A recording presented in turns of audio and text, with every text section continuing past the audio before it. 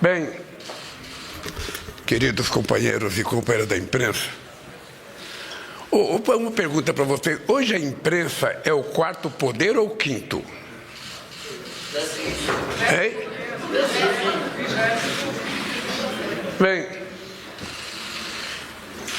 vocês estão lembrados que a primeira entrevista que nós fizemos aqui em janeiro, eu, na verdade, fiz quase que um balanço, tentando mostrar o processo de recuperação que nós estávamos fazendo no país.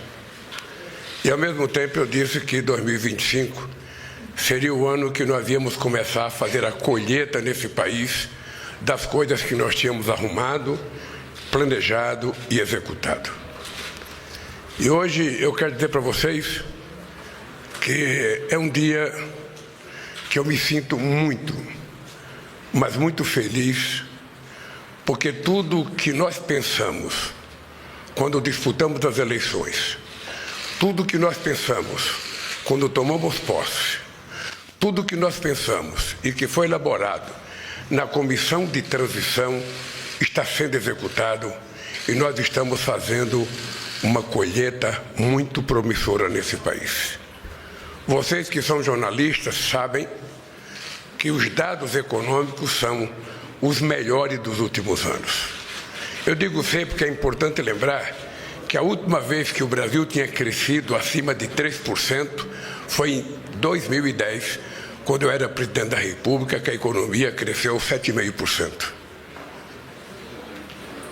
E ela só foi crescer outra vez acima de 3% quando eu votei a presidenta da República em 2023, surpreendendo vocês e surpreendendo o mercado, porque havia uma previsão de que o crescimento da economia seria apenas de 0,8%, foi de 3,2%. E no ano seguinte, a previsão mais otimista era do crescimento seria de 1,5% e o crescimento foi de 3,4%. E esse ano, as pessoas já começam a ficar surpreendidas com o crescimento do PIB no primeiro trimestre. Ou seja, há uma coisa acontecendo nesse país que é importante que vocês compreendam. Eu posso afirmar para vocês que nunca houve no país um momento de tanta combinação entre políticas de inclusão social que combina mais emprego, que combina mais salário, que combina, mais distribuição de programas sociais, que combina com mais PAC. Nós já executamos 711 bilhões até agora nas abas do PAC, entre obras públicas e privadas, numa demonstração de que as coisas estão andando com bastante rapidez e muitas das coisas a gente quer ver se a gente consegue entregar definitivamente até o final de 2026, porque habitualmente, muitas vezes, um governo sai, entra outro e as obras têm paralisação. Vocês sabem que eu disse na outra vez que nós encontramos 87 mil casas do Minha Casa Minha Vida paralisada. Nós encontramos quase 3 mil creches paralisadas. E esse momento extraordinário de crescimento da renda, de crescimento do salário, da geração de mais emprego, de mais política de inclusão social, de uma quantidade extraordinária de crédito que nós estamos fazendo.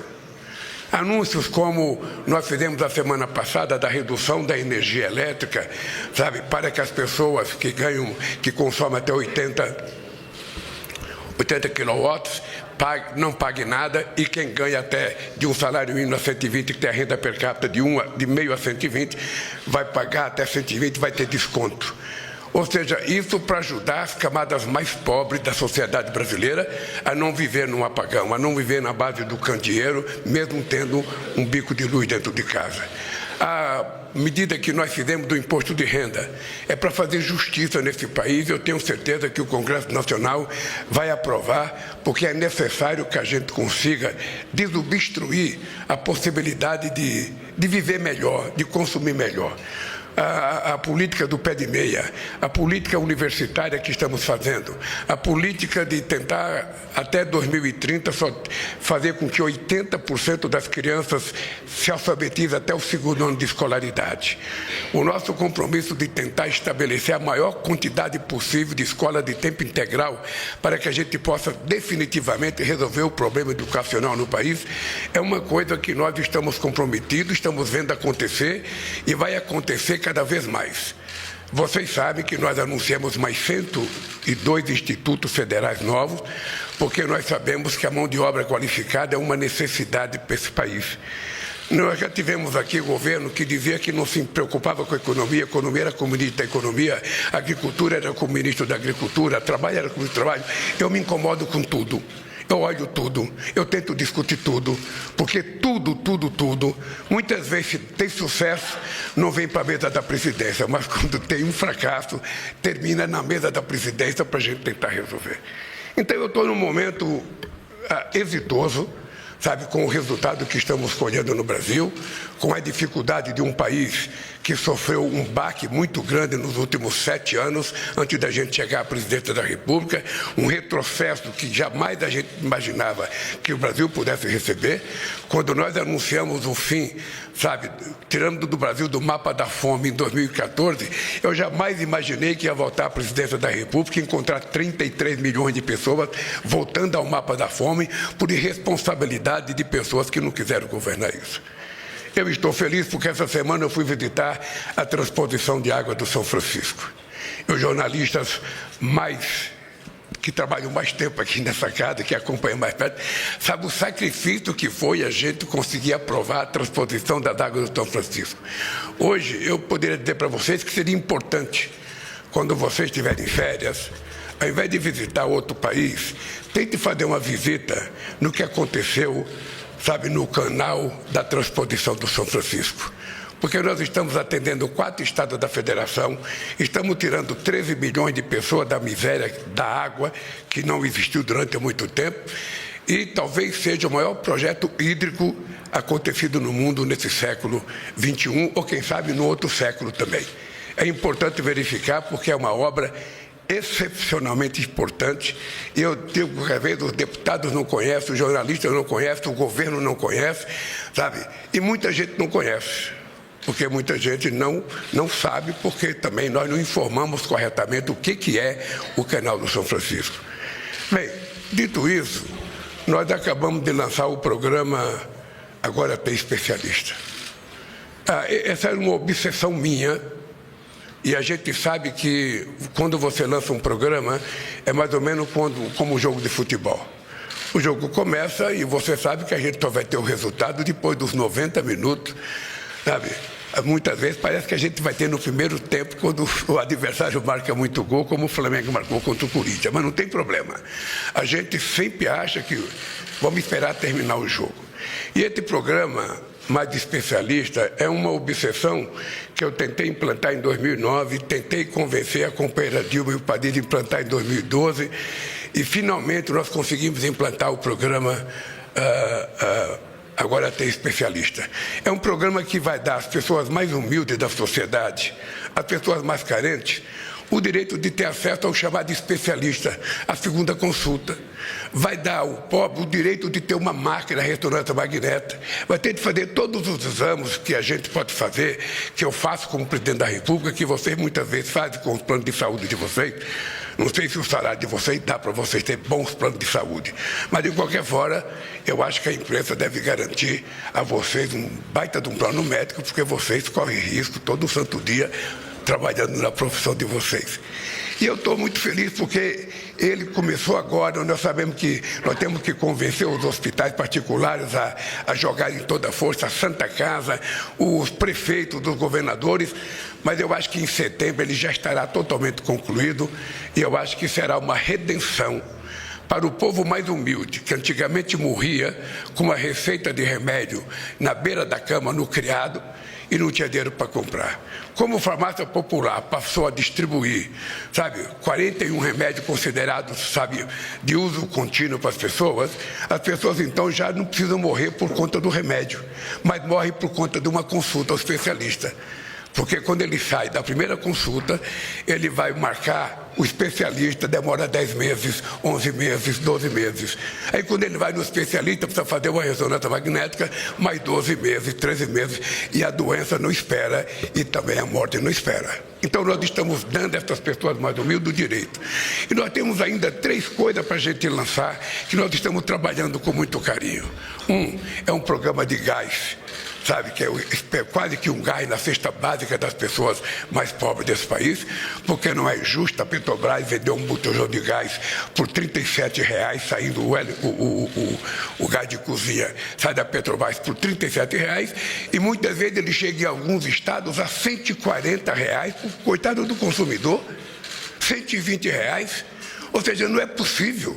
Então nós estamos tentando elaborar, está pronto o programa, nós vamos só escolher a data de lançar.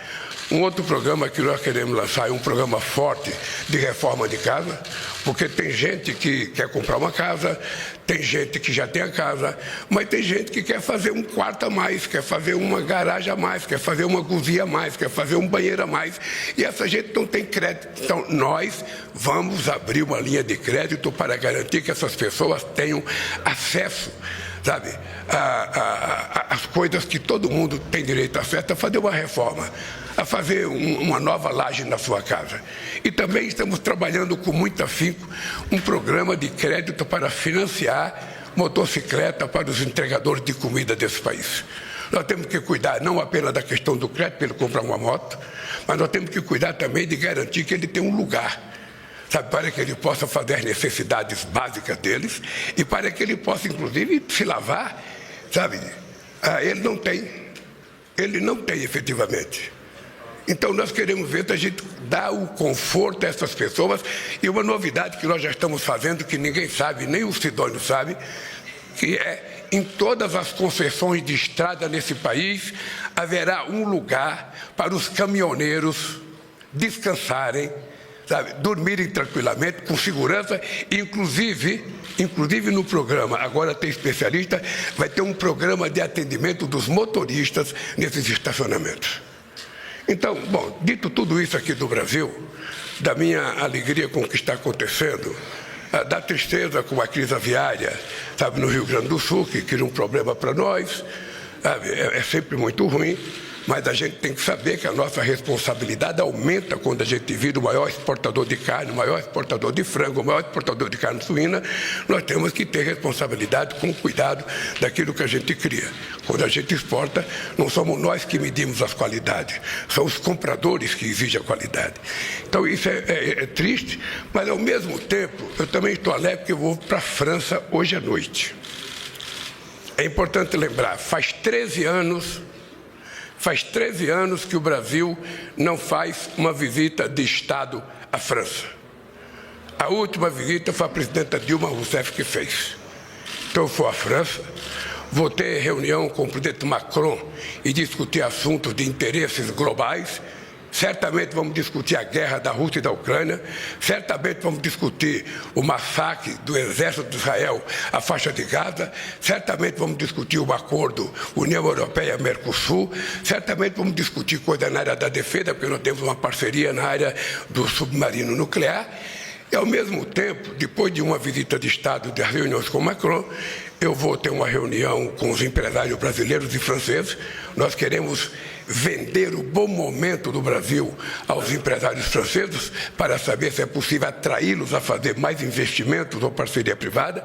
Depois eu vou ao Principado de Mônaco fazer um debate com os empresários sobre a economia azul. Depois eu vou receber uma homenagem na Academia Francesa de Letras. Depois eu vou receber o título de doutor honoris causa da Universidade de Paris. Depois eu vou visitar a Prefeitura de Paris. Depois eu vou ter encontro com alguns políticos de Paris. Depois eu vou a Nice participar da Conferência dos Oceanos. Sabe? Feito tudo isso, cansadinho, eu volto para cá, para que no dia 12 ou 13 eu faço um encontro com os 15 países do Caribe que estão vindo para o Brasil, para que a gente possa discutir a geopolítica na América Latina e no Caribe. Depois disso, Nós vamos ter os BRICS aqui no dia 6 e 7 de julho e vamos ter algumas visitas de Estado, sabe, aqui, que é muito importante para nós. Bem, feito tudo isso, nós vamos nos preparar para continuar viajando o Brasil, para tentar desmontar toda a indústria de mentira que está sendo construída nesse país, e vocês acompanharam o famoso encontro de Fortaleza, vocês leram a respeito do que aconteceu, e essa indústria de mentira não interessa a ninguém, a não ser aos mentirosos. Bom, eu vou também fazer uma visita na Interpol, vou em Toulon fazer uma revista com a Interpol para discutir, junto com o meu ministro da Justiça, o papel e o combate ao crime organizado. Agora, se vocês quiserem fazer pergunta, eu vou parar de falar e vocês fazem as perguntas que vocês quiserem fazer. Só queria repetir para vocês, nem sempre a gente faz a quantidade de entrevistas que gostaria de fazer. Eu não vou jogar a culpa nos meus homens de comunicação, não, porque eu sou um pouco complicado para dar entrevista. Mas eu acho que, como nós temos muito para falar, mas muito mesmo, se tem uma coisa que nós temos para falar, sabe, é sobre economia, sobre meio ambiente, sobre desenvolvimento, sobre indústria. Vocês sabem que quantos anos vocês não ouviram falar de crescimento industrial nesse país? Quanto tempo? Nós crescemos 3,4%, ou seja, com um programa que nós lançamos chamado, sabe, Indústria Brasil, que é um investimento enorme de empresários, do crédito do BNDES, crédito do Banco do Brasil, da Caixa Econômica, da FINEP, ou seja, porque essa é uma razão pela qual a gente voltou a governar esse país. O Brasil não pode continuar sendo um país que um ano está na 8ª economia do mundo, no outro ano está na 12ª, está na 13ª.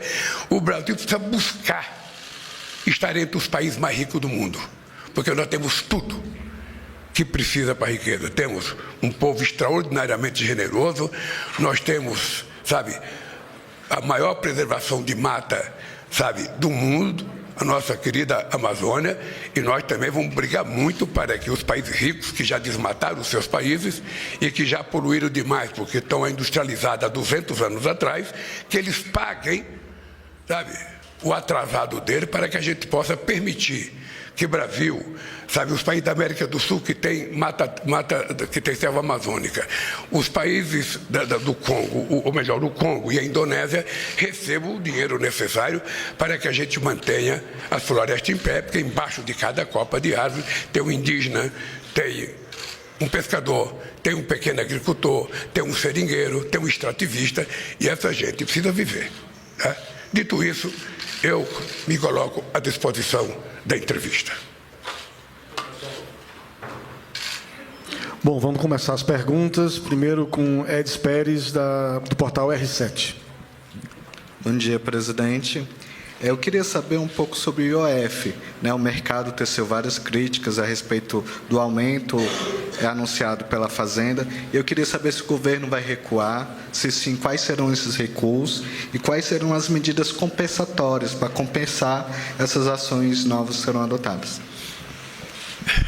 Olha, eu acho que o Ministério da Fazenda está tentando fazer um reparo que foi um acontecimento do não cumprimento de uma decisão da Suprema Corte pelos companheiros senadores, que quando aprovaram a desoneração, sabiam que tinha uma decisão da Suprema Corte que era obrigado a haver a compensação e ficar de apresentar a compensação.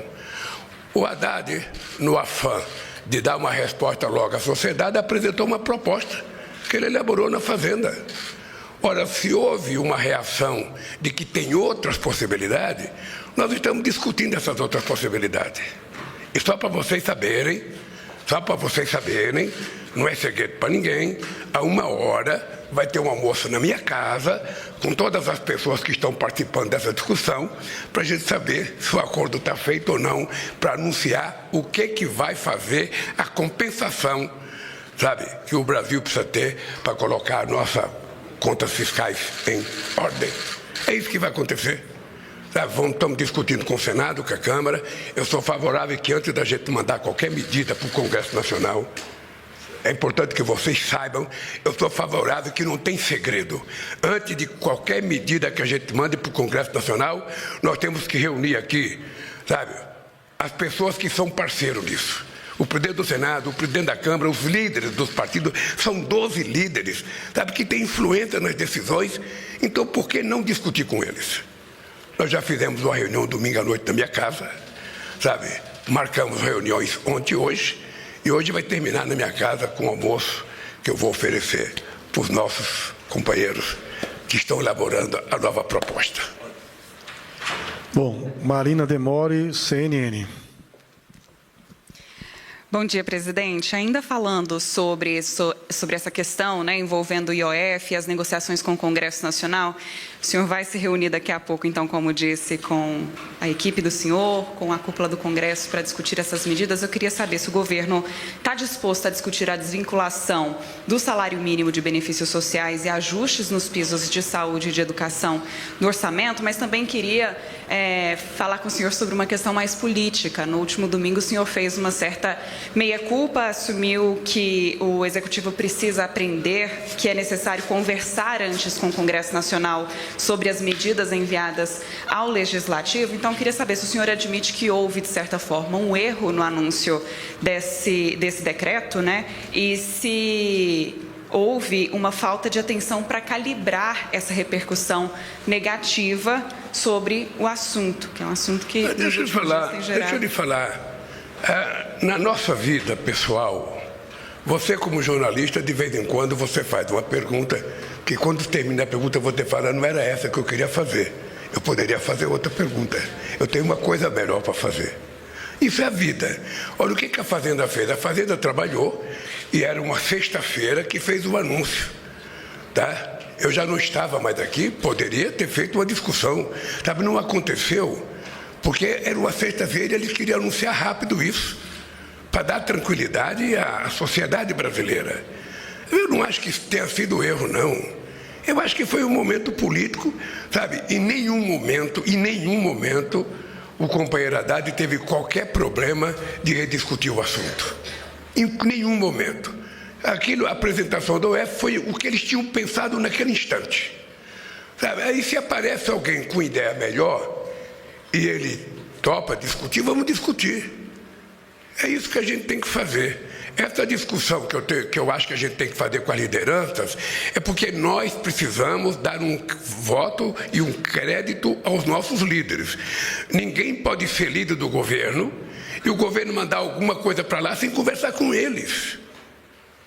Essa é uma prática política que nós temos que aprender a fazer. Toda vez que a gente toma uma atitude sem conversar com as pessoas que vão ter que nos defender e defender a proposta, a gente pode cometer erros. Porque muitas vezes gente nossa tem proposta de mudança.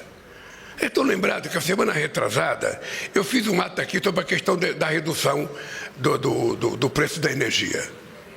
Eu não tinha assinado a medida provisória ainda. Nós fizemos a exposição para todos os líderes da Câmara e do Senado, para o presidente da Câmara e do Senado. Depois que nós fizemos a exposição, ouvimos 4 ou 5 líderes falar e depois eu assinei a medida provisória. Não houve tempo de fazer isso no OF, porque eu já nem estava mais aqui. Mas eu acho que o esforço que a Fazenda está fazendo é apenas para dar tranquilidade ao povo brasileiro que em economia não tem mágica. A gente não inventa as coisas.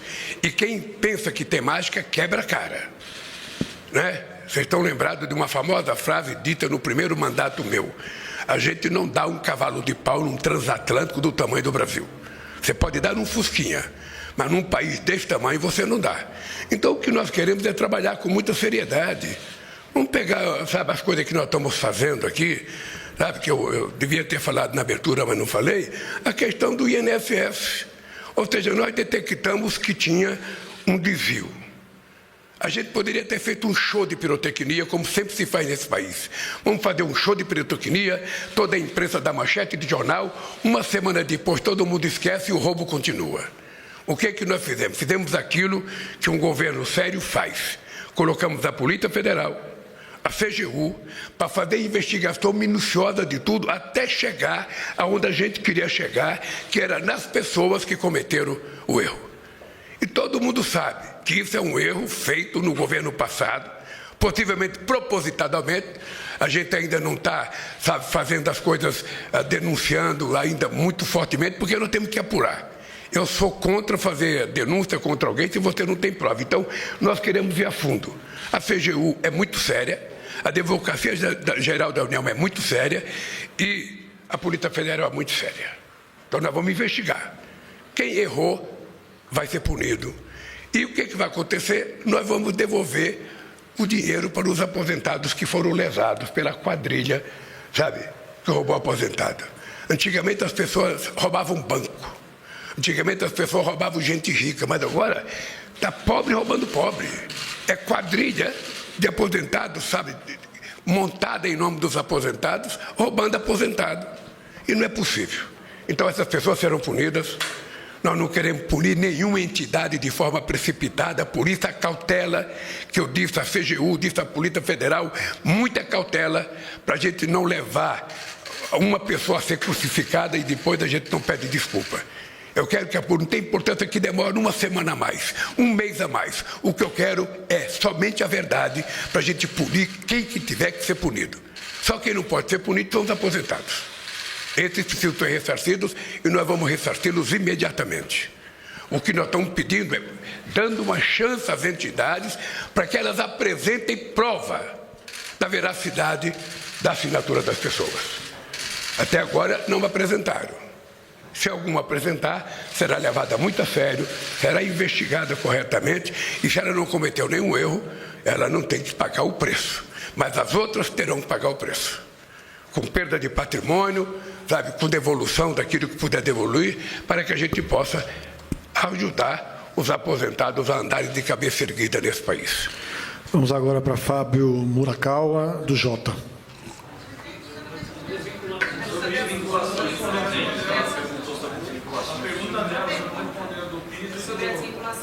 mínimo, presidente.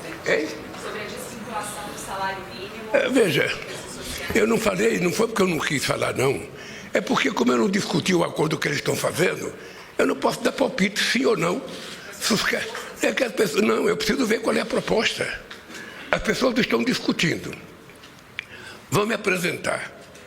Eu não posso ser o estragador, sabe, de uma reunião que está durando há 2 dias e dar um palpite aqui favorável a contra, uma coisa que eles nem estão propondo. Então, com muita cautela, eu vou almoçar.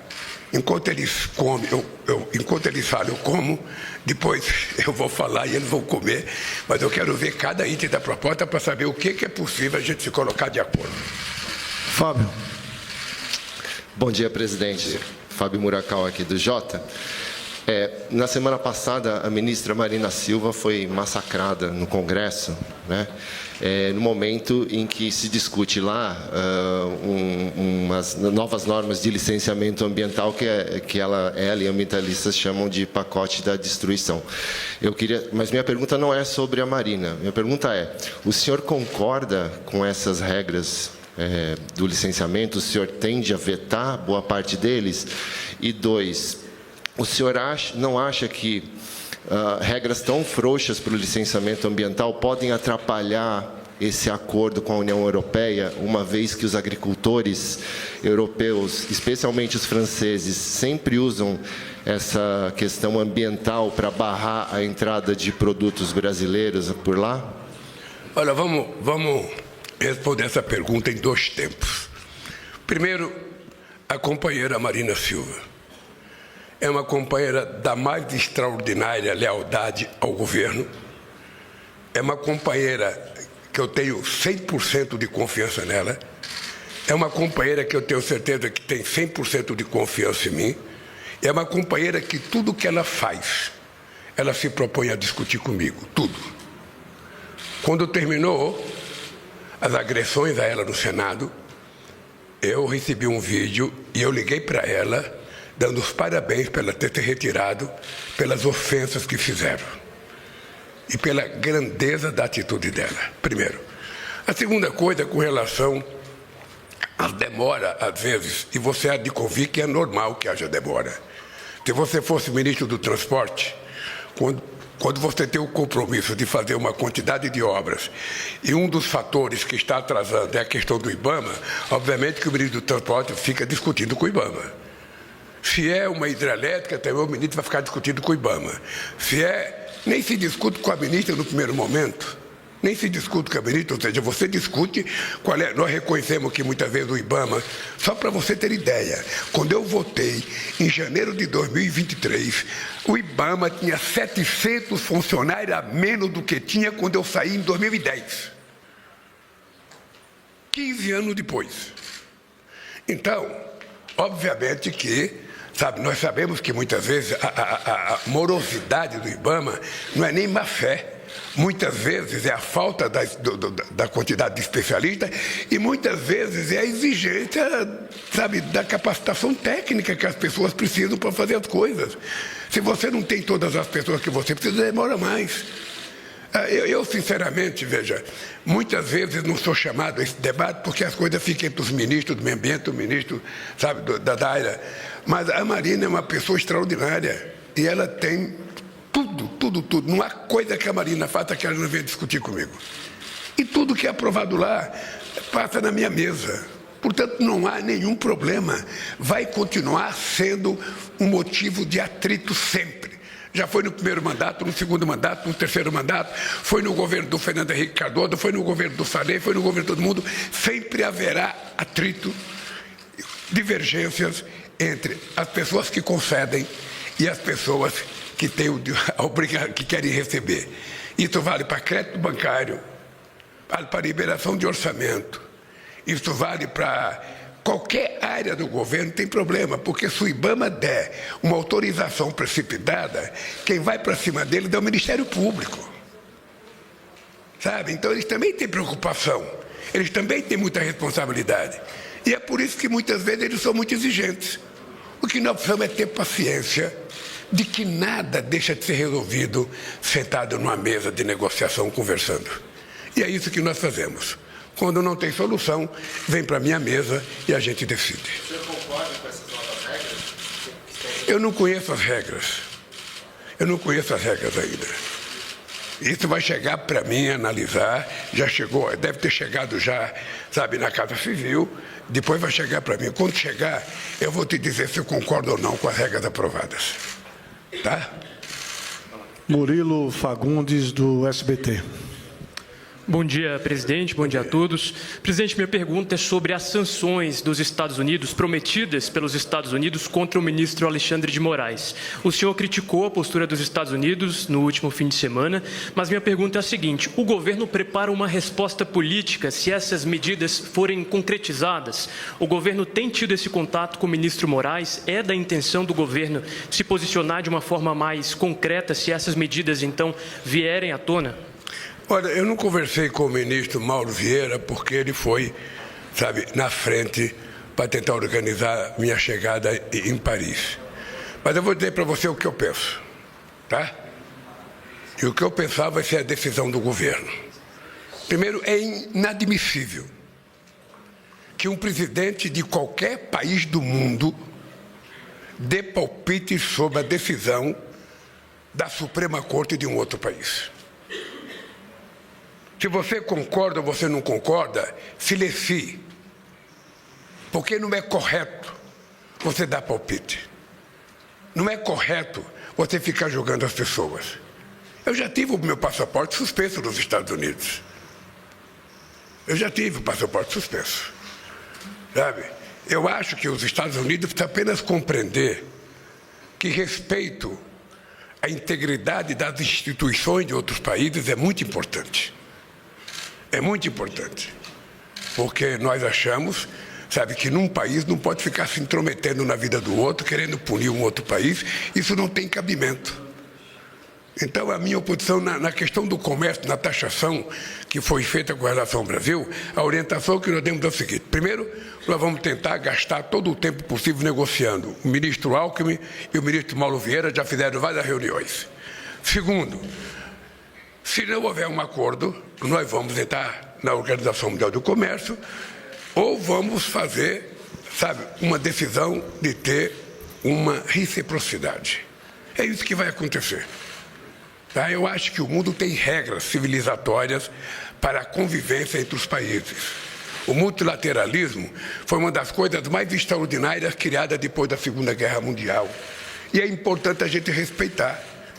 E como eu gosto de respeitar, eu gosto de ser respeitado. Tá? Então, por enquanto, o que nós temos é fala de pessoas, sabe? Mas pode ficar certo que o Brasil vai defender não só o seu ministro, mas defender a Suprema Corte. O que é lamentável é que um deputado brasileiro, filho do ex-presidente, está lá a convocar os Estados Unidos para se meter na política interna do Brasil. É isso que é grave. É isso que é uma prática terrorista. É isso que é uma prática antipatriótica. Um cidadão que é deputado renuncia ao seu mandato, pede licença ao seu mandato, para ir ficar tentando lamber as botas do Trump e de assessor do Trump, pedindo intervenção na política brasileira. Então não é possível aceitar isso. É só ler a entrevista na Veja que vocês vão saber de quem que eu estou falando. Isso sim é de respeito ao Brasil. Isso sim é provocação.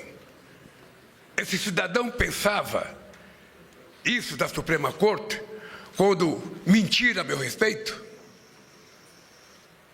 Ele pensava, você conhece alguma fala dele, sabe, questionando a Suprema Corte? Não. O pai dele, quando nega a justiça eleitoral, não nega os votos que seu filho receberam, só nega o dele. Não nega o voto dos senadores que foram eleitos, só nega o dele. Então é preciso que haja um mínimo de bom senso. Se essa gente pensa que vai ganhar a consciência da sociedade com mentira, é um ledo engano. Eu tenho dito publicamente, ou seja, nós temos consciência de que a verdade precisa vencer na sua disputa política, para que a gente não esteja vendo acontecer o que está acontecendo nesse país, o que está acontecendo em outros países.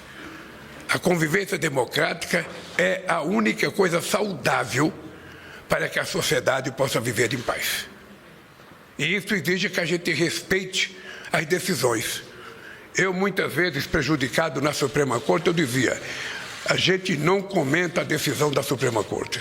Tomou a decisão, eu só posso recorrer para Deus. Eu recorri para a ONU, ganhei, mas a Suprema Corte não aceitou. Vou fazer o quê? Eu não vou ficar brigando com a Suprema Corte. Então, se tem um juiz que não faz o que eu quero, sabe, esse cidadão foi indicado pelo presidente da República e indicado e referendado pelo Senado. E todos merecem respeito. Eu não quero saber se foi Dilma, se foi Bolsonaro, se foi Temer, se foi Sarney, se foi Fernando Henrique Cardoso, se foi Lula que indicou. Se ele indicou e passou nas instâncias que tem que passar, ele tem que ser respeitado. Só isso. Tayane Mello, Band News. Bom dia, presidente. O senhor estava comentando agora sobre a questão do INSS, Fala né? mais perto do microfone, querida. O senhor estava comentando sobre a questão do INSS, das fraudes, que as fraudes começaram no governo passado e tudo mais, mas levando em conta as investigações e que associações ligadas ao PT, ao Partido dos Trabalhadores, foram citadas, com TAG, Sindinap também, que o irmão do senhor é vice-presidente, inclusive. O que o senhor acha de, depois do pente fino que for passado, que o Ministério da Previdência já falou, inclusive, que essas associações elas continuem atuando por meio, né, do INSS, fazendo esse vínculo entre beneficiários e essas associações? O que o senhor pensa a respeito disso, desse trabalho das associações continuar depois de todos esses escândalos? Olha, os pagamentos que eu sei foram suspensos para todas as entidades. O que eu sei é que nós vamos agir diferente, sempre partindo dos pressupostos que todo mundo merece a presunção da inocência. O que nós estamos dando é um tempo das pessoas provarem se estão certas ou erradas. E as investigações continuam. Essas pessoas serão punidas. A hora que encontrar o chefe, vai ser preso, vai ter que ter um processo. Não é o presidente da República que manda prender, é a justiça que manda prender, isso vai ter um processo. Mas nós estamos fazendo disso um exemplo de como deve agir um governo na averiguação de denúncia nesse país. Sabe, não terá brincadeira da nossa parte. A nossa preocupação, além de permitir que as instituições que têm que fiscalizar, fiscalizem, é permitir que o governo comece a tratar de ver o pagamento mais rápido possível das pessoas que foram lesadas. É por isso que nós estamos exigindo a prestação, sabe, de conta das entidades e estamos atendendo as pessoas que estão, sabe, pela internet comunicando ao governo que não assinaram. Nós vamos com muita tranquilidade nisso e com muita calma para que a gente possa mostrar o respeito que a gente tem na apuração de denúncias contra qualquer que seja as pessoas desse país. Mas sobre as associações, o senhor acredita que elas devem continuar funcionando mesmo, né, fazendo esse trabalho mesmo depois do... Veja, se elas provarem que são inocentes, nós vamos ter que tomar uma decisão. É uma decisão que, na minha opinião, é o seguinte: a gente não deve fazer o desconto. Tá? Se as pessoas não mandarem documento provando, sabe, com A mais B, não tem por que liberar. Houve um erro, porque houve um afrouxamento no governo passado das regras. Ou seja, começou as pessoas a mandarem nomes sem nenhuma fiscalização, sem nenhum critério. Então, isso acabou. Acabou, definitivamente acabou. Agora vamos para Evelyn Paola, do Poder 360. Bom dia, presidente. Aqui. Voltando agora para o assunto internacional, o senhor disse recentemente que havia pedido para o presidente da China, Xi Jinping, que enviasse uma pessoa de confiança ao Brasil para falar sobre a regulamentação das redes sociais. Eu queria saber se essa pessoa já foi enviada ao Brasil e quais os conselhos o senhor espera receber desse emissário chinês. Obrigada. Por favor, você pode repetir a pergunta? Claro. Fala mais perto do microfone, querida. Presidente, o senhor disse recentemente que havia pedido ao presidente da China, Xi Jinping, que enviasse uma pessoa ao Brasil para a regulamentação das redes sociais. Eu queria saber qual tipo de conselho o senhor espera receber dessa pessoa, do emissário chinês, quando ela vier ao Brasil, sobre a regulamentação das redes sociais, em especial do TikTok, que foi um assunto da viagem ao senhor, à China, quando o senhor foi recentemente. Olha, deixa eu lhe dizer uma coisa. Quem tem que conversar com comunicação está aqui desse lado. Quando eu for embora, ele responde a pergunta. Mas eu fiz questão de conversar com o presidente Xi Jinping sobre a necessidade da gente ter uma pessoa para discutir essa questão, sabe, do que se fazer na regulação e no tratamento dessas empresas de aplicativo. Porque não é possível que o mundo seja transformado num banco de mentiras, em que vocês que são jornalistas têm que todo dia ficar desmentindo notícias que falam sobre as coisas. Muitas vezes até deformando notícias que vocês dão. Eu vejo na televisão, todo dia, a televisão começa dizendo para não acreditar em fake news, para que as pessoas não conseguem repassar mentira. Não é possível que no mundo, sabe, a gente esteja tão sério na relação. E quando chega o mundo digital, 2 ou 3 cidadãos acham que pode mandar no mundo, acham que pode determinar as regras da sociedade. Por isso é que nós temos que fazer uma regulamentação, ou pelo Congresso Nacional Brasileiro, ou pelo Congresso, ou pela Suprema Corte. E eu recebi, o Mauro Vieira recebeu uma carta do Xi Jinping, que ele ficou de mandar a pessoa para conversar. Quando a pessoa vier conversar, é o Sidônio que vai receber essa pessoa para conversar. E nós queremos apressar a regulamentação da forma mais democrática possível, ouvindo a sociedade brasileira, porque não é possível que um cara tente dar um golpe de Estado dia 8 de janeiro de 2023 neste país e diga que isso é liberdade de expressão. Que um cidadão pode ofender, sabe, uma pessoa com as maiores mentiras absurdas e fala que isso é liberdade de expressão. Liberdade de expressão significa respeito. Significa respeito às pessoas, a não ofensa às pessoas, a não achincalhamento às pessoas, a não prática de preconceito contra as pessoas. Porque vocês sabem a fábrica de mentiras desse país todo santo dia. Ou seja, vocês passam o dia explicando as coisas para as pessoas com as maiores disfarçatez possível. Então você tem uma sociedade muito séria, sabe, sendo minada por pessoas que, quando governavam, criaram uma coisa chamada Gabinete do Ódio. E que agora, depois de se estar fazendo justiça nesse país, dando a eles o direito de defesa, como pouca gente teve nesse país, eles acham que estamos tirando a liberdade de expressão. Nós estamos tirando a liberdade de contar safadeza nesse país, de respeitar a democracia nesse país, de respeitar o direito dos outros, de respeitar a nossa Constituição. É isso que nós estamos fazendo. E vamos fazer. Pode ficar certo que nós iremos vencer essa batalha. Vamos agora para Eric Rianelli, da Globo News. Bom dia, presidente. Bom dia aos colegas. Eric aqui da Globo News. O senhor fez trocas no seu ministério recentemente, 2 trocas esse ano.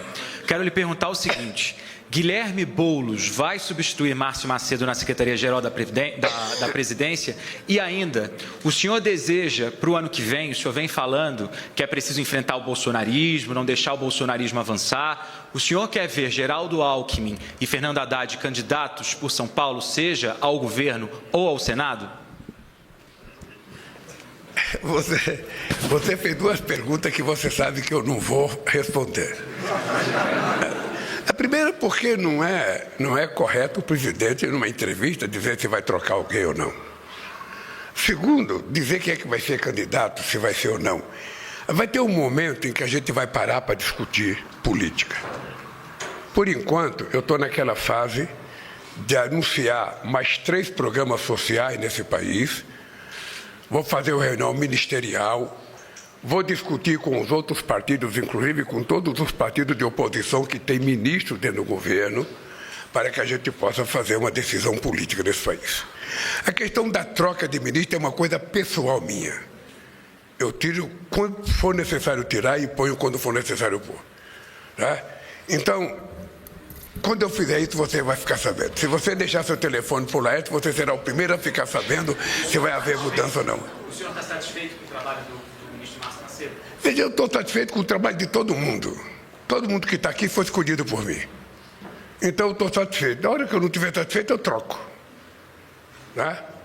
Agora, você tá lembrado que está chegando um mês em que todo mundo vai me procurar e vai dizer: presidente, eu não queria, eu gosto do senhor, mas as bases estão exigindo, presidente. Eu tenho que ser candidato. Um vai ser candidato a deputado, outro vai ser candidato a senador, outro vai ser candidato a governador do estado.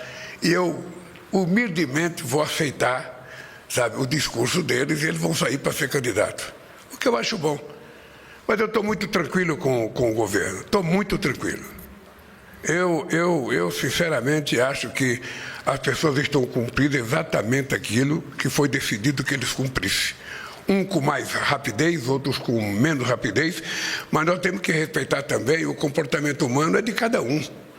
Nem todo mundo é igual, nem todo mundo se age de forma igual, mas o resultado que me importa é o seguinte: é que todos os dados, todos, sem nenhuma distinção, são amplamente favoráveis ao nosso governo, amplamente favoráveis. A minha tranquilidade é essa, foi para isso que eu concorri às eleições, foi para isso que eu fui eleito, e o que me interessa é entregar para o povo aquilo que eu prometi. Se eu chegar no final do ano que vem e não ter entregue, o povo, sabe, tem o direito de dizer o seguinte: cara, tchau e benção. Tá? É assim que o povo faz. Por isso que a democracia é importante. Porque tem alternância de poder. O povo põe, o povo tira. O povo põe, o povo tira. O que não dá para fazer a sacanagem que fizeram com a Dilma. O povo pôs e a elite tirou. É isso. Agora, para a última pergunta, Daniela Santos, do Metrópolis, Portal Metrópolis. Bom dia, presidente. Durante o fim de semana, o senhor voltou a fazer críticas sobre a questão da situação na faixa de Gaza, né? E ontem, a Embaixada de Israel publicou uma nota rebatendo essas declarações, né? Eles dizem que declarações desse tipo alimentam o antissemitismo no mundo e que também não se deve se deixar levar por notícias falsas do Hamas. Primeiro ponto que eu queria saber é como que o senhor responde a essa declaração da embaixada. E também sobre guerra, nesse mês o senhor vai participar da cúpula do G7, que também vai ter a participação do presidente Zelensky e do presidente Trump. Queria saber se o senhor pretende conversar com os dois sobre essa questão da guerra na Ucrânia. Primeiro, um presidente da República não responde a uma embaixada. O presidente da República reafirma o que diz. O que está acontecendo em Gaza não é uma guerra. É um exército matando mulheres e crianças. Possivelmente todas as pessoas de bom senso no mundo, inclusive gente do povo de Israel, e você deve ter lido uma carta do ex-ministro de Israel, do ex-primeiro-ministro, criticando que não é mais uma guerra, de que é um genocídio. Vocês já viram carta de 1000 militares anunciando que aquilo não é mais guerra, é genocídio. Você não pode, a pretexto de encontrar alguém, matar mulheres e crianças, deixar crianças com fome. Eu não sei se vocês viram a cena de 2 crianças que estavam carregando farinha para comer e que foram mortas.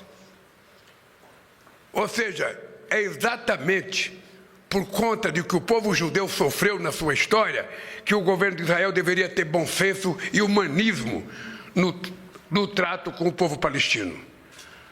Eles se comportam como se o povo palestino fosse cidadão de segunda classe. E nós temos dito há muito tempo, o Brasil foi o primeiro país a reconhecer o Estado palestino aqui na América do Sul, e eu volto a reafirmar, só haverá paz quando a gente tiver consciência de que o palestino tem direito ao seu Estado, à terra demarcada, aquele acordo de 1967, que o governo de Israel não quer deixar de ser cumprido e todo dia manda a gente atacar o território palestino, inclusive tentando atacar a Cisjordânia para agredir produtores rurais palestinos. É isso. Ou seja, e vem dizer que é antissemitismo, precisa parar com esse vitimismo. Precisa parar com esse vitimismo também é o seguinte, o que está acontecendo na faixa de Gaza é um genocídio. É a morte de mulheres e crianças que não estão participando de guerra. É a decisão de um governo que nem o povo judeu quer. Nem o povo judeu quer. Então não dá. Como ser humano, não é nem como presidente da República do Brasil, é como ser humano, aceitar isso como se fosse uma guerra normal, sabe? Não é. Então, a segunda coisa é o G7. Eu estou convidado para o G7. Eu estou propenso a ir, mas eu estou muito preocupado com a minha agenda, porque eu vou para a França agora, volto da França, tenho o CARICOM, aí depois eu tenho que viajar outra vez. É muito pesado, então eu vou discutir com os meus assessores para saber o seguinte, sabe? É importante ir. Por que é importante ir? Nós temos que falar com o primeiro-ministro do Canadá, eu pessoalmente vou tentar falar com ele por telefone, para saber, sabe, a pauta que vai ser discutida, para saber se compensa ir ou não, sabe? Eu gostaria de ir, porque eu sempre gosto de participar desse fórum e dar um recado que o Brasil tem que dar.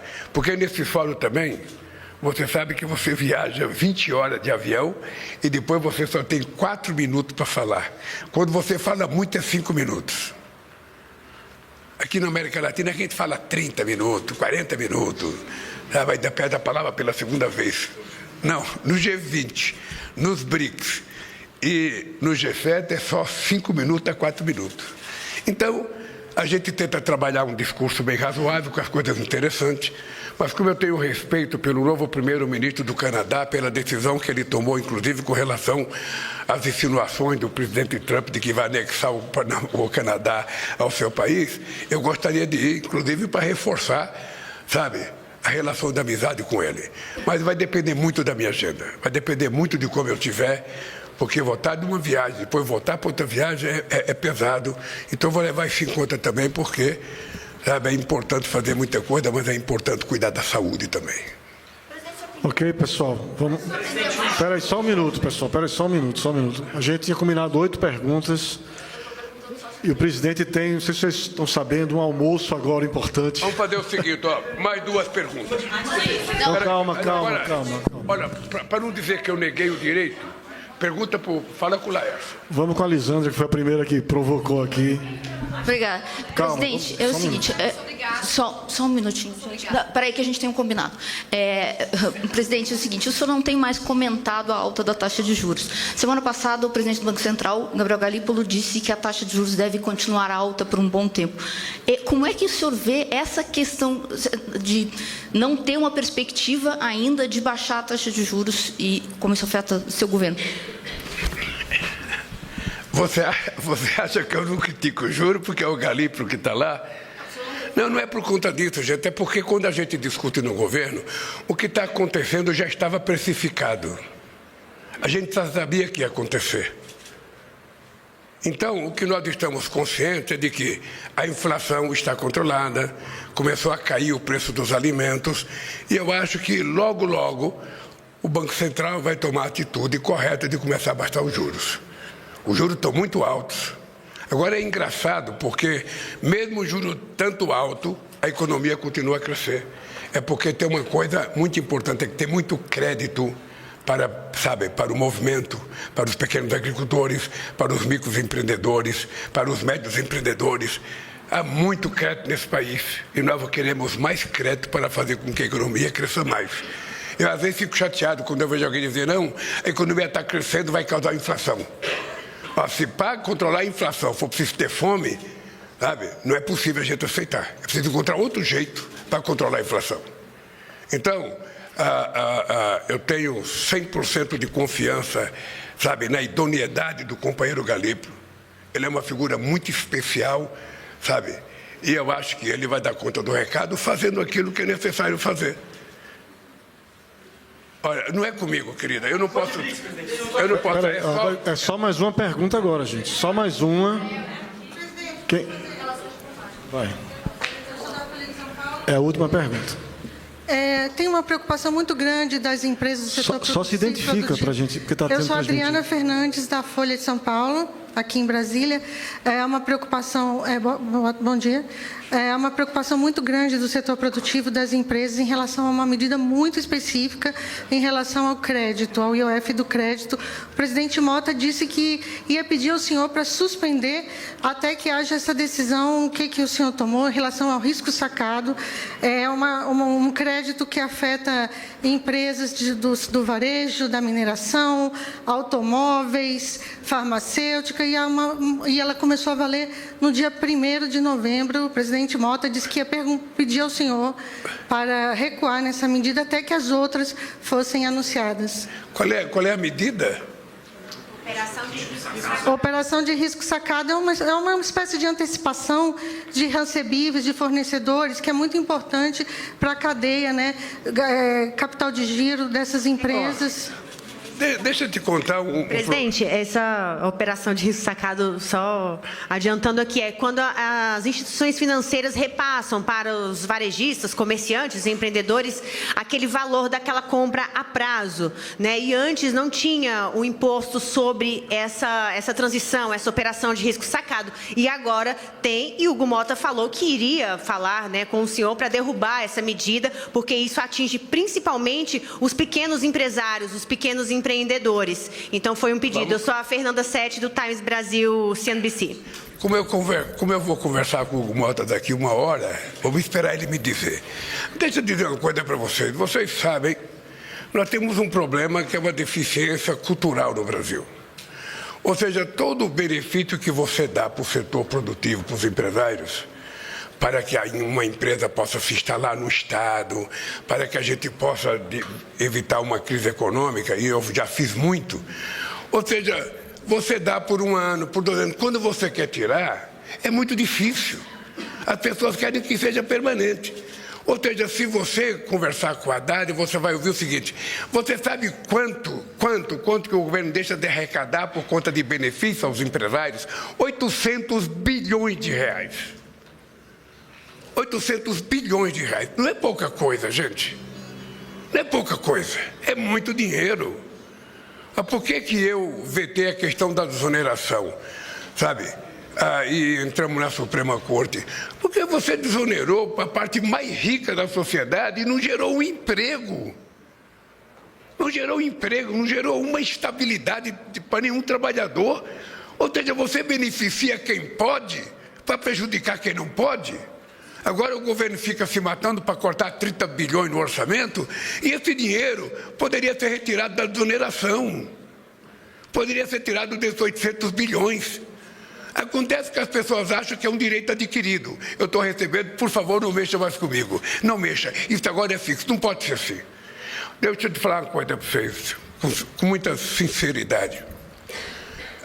Nós, em algum momento, vamos ter que sentar, sabe, não com o governo, sentar com a sociedade brasileira e definir um pouco que tipo de país a gente quer construir para o futuro. Porque do jeito que as coisas vão, é quase impossível você fazer as políticas que tem que fazer para melhorar a qualidade de vida das pessoas que estão ainda deserdadas nesse país. As pessoas de baixo. O que o velho Otávio Frias chamava o andar de baixo. Ele falava, Lula, você não vai chegar no andar de cima porque eles não vão deixar. Eu cheguei. Mas eu não quero sozinho ter chegado ao andar de cima, eu quero trazer o povo para o andar de cima. Ele tem direito. Então, o que nós temos é discutir com muita leveza, com muita seriedade, sabe? Uma coisa, você veja o seguinte, as pessoas que ganham mais de 1 milhão por ano estão preocupadas porque a gente está isentando as pessoas que ganham até 5 mil reais por mês e vai ter que cobrar de quem ganha mais de 1 milhão por mês. E eles vão pagar uma quantia 10%. Veja o Câmara, você veja o cara, você vai receber um benefício, não vai pagar imposto de renda até teus 5 mil reais, e o cara que ganha 1 milhão ou mais, que vai pagar 10%, não quer pagar. Assim a gente não consegue construir um país de classe média. Sabe, quando a gente tem inveja do padrão de vida da Alemanha, do padrão de vida da Suécia, do padrão de vida da Holanda, do padrão de vida da Suécia, ou seja, é porque lá houve um momento que se estabeleceu regras em que o país é de todos, e não apenas de poucos. Este país não pode ser governado para apenas 35% da população, sabe, que tem um poder de compra razoável. Este país tem que ser governado para todos. E o meu papel é fazer com que os de baixo consigam subir e viver decentemente como todos nós queremos viver. Dito isso, obrigado pela entrevista e até a próxima. Ok, pessoal, muito obrigado. Até a próxima entrevista. Será mais breve do que essa, né? No tempo. Muito bem, vamos lá. Gente, um abraço. Obrigada. Até o regresso da França.